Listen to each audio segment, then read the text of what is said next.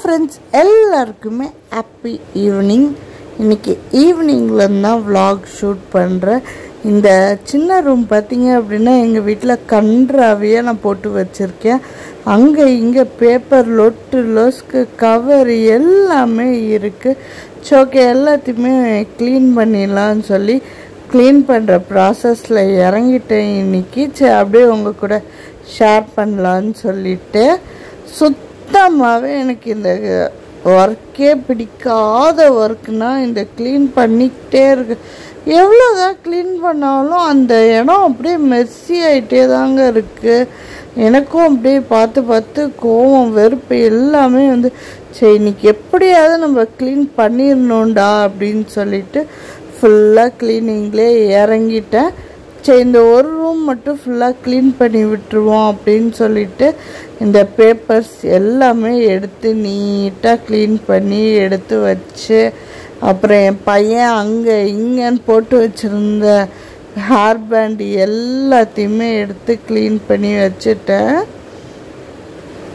துணி பார்த்தீங்க அப்படின்னா ஒரு அம்பார துணி இருக்குங்க. நீங்கள் நினைக்கிற அளவுக்கு கொஞ்சம் கொஞ்சம் துணியாங்க வருது.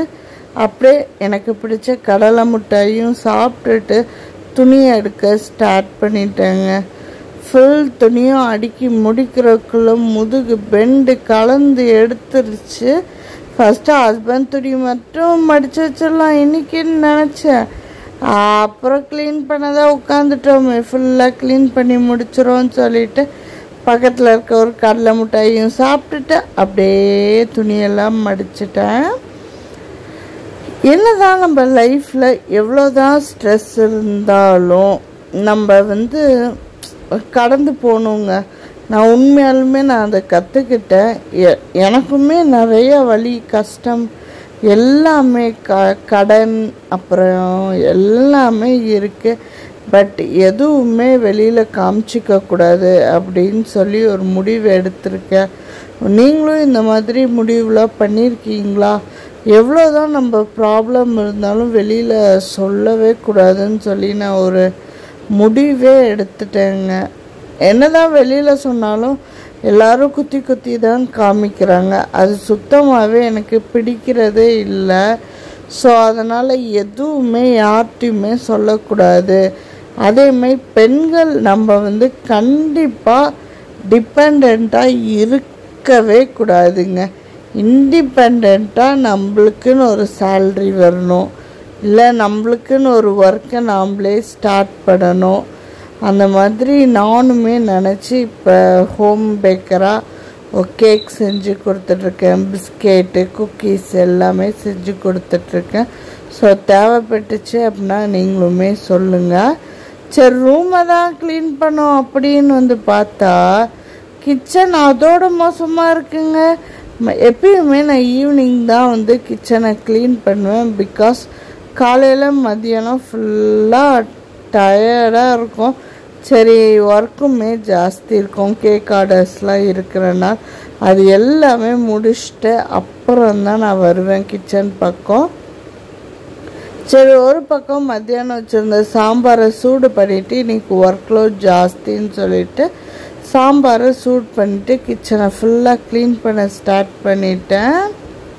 நம்ம கை தான் அங்கே வச்சா இங்கே வச்சா இங்கே வச்சா அங்கே வச்சா எல்லா இடமும் க்ளீன் பண்ணி முடிச்சிருமே. அதே மாதிரி கிச்சனையும் ஓரளவு க்ளீன் பண்ணிவிட்டு இந்த விளக்க போடுற பாத்திரத்தெல்லாம் தூக்கி உள்ளே போட்டு விளக்க போட்டு அப்படியே ஒரு 10 நிமிஷம் ஃபோனை பார்க்க உட்காந்தேங்க. நானும் பார்த்துக்கிட்டே இருக்கேன். மணிக்கணக்காக ஃபோனை பார்க்குறேன். நைட்டு என்ன சமைக்கிறதுனே யோசிக்கலை. அப்புறம் ஹஸ்பண்ட் கால் பண்ணி இன்றைக்கி என்ன சமையல்னு கேட்டாங்க. அச்சோ அப்படின்னு சொல்லி யோசிச்சுட்டு இருந்தேன். 6:42 ஆகுது டைமு. பட் நல்லா வெளிச்சம். சரி, அந்த பூ பார்க்க ஈவினிங் டைமில் நல்லா இருக்கும். ஸோ அதனால் ஒரு 10 நிமிஷம் வெளியில் நின்று அந்த பூ எல்லாத்தையும் பார்த்து ரசிச்சுட்டு உள்ளே போகலாமே அப்படின்னு சொல்லிட்டு கிச்சனெல்லாம் க்ளீன் பண்ணி போட்டுட்டு வெளியில் வந்துட்டேன். அந்த பூ ரொம்ப சூப்பராக இருந்தது. அதுக்கப்புறம் உள்ளே வந்ததுக்கப்புறம் இந்த பசுமார்க்கோட மஞ்சள் போட்டு மூஞ்சி கழுவுனா அவ்வளோ பிரைட்டாக இருக்குங்க. ரொம்ப நல்லா இருந்தது. உங்களுக்கும் கிடச்சிச்சின்னா இந்த பிராண்ட் மஞ்சள் வாங்கி யூஸ் பண்ணி பாருங்கள். மஞ்சள் ஃபேஸுக்கு போடுறது ரொம்பவே நல்லது.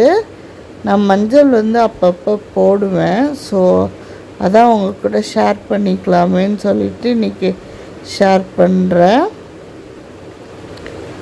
கண்டிப்பாங்க கேர்ள்ஸ் இண்டிபெண்ட்டாக தான் இருக்கணும். நான் நிறையா விஷயத்தில் யோசிச்சிருக்கேன். நம்ம கையில் 4 காசு இருந்தால் தான் 4 பேர் மதிப்பாங்க. நம்ம டிபெண்ட்டாக இருக்கவே கூடாது. மெயினாக ஹஸ்பண்டை நம்பி நம்ம லைஃப் இருக்கவே கூடாதுங்க. யோசிச்சுக்கோங்க. இன்றைக்கி நைட்டு பார்த்திங்கன்னா சிம்பிளாக தோசையும் அதுக்கப்புறம் ஹஸ்பண்டோட ஃப்ரெண்டு நோன்பு கஞ்சி கொடுத்துருந்தாங்க. சரி, அதுவுமே ஹஸ்பண்டுக்கு தோசையும் நோன்பு கஞ்சியும் கொண்டு போய் கொடுத்தாச்சு.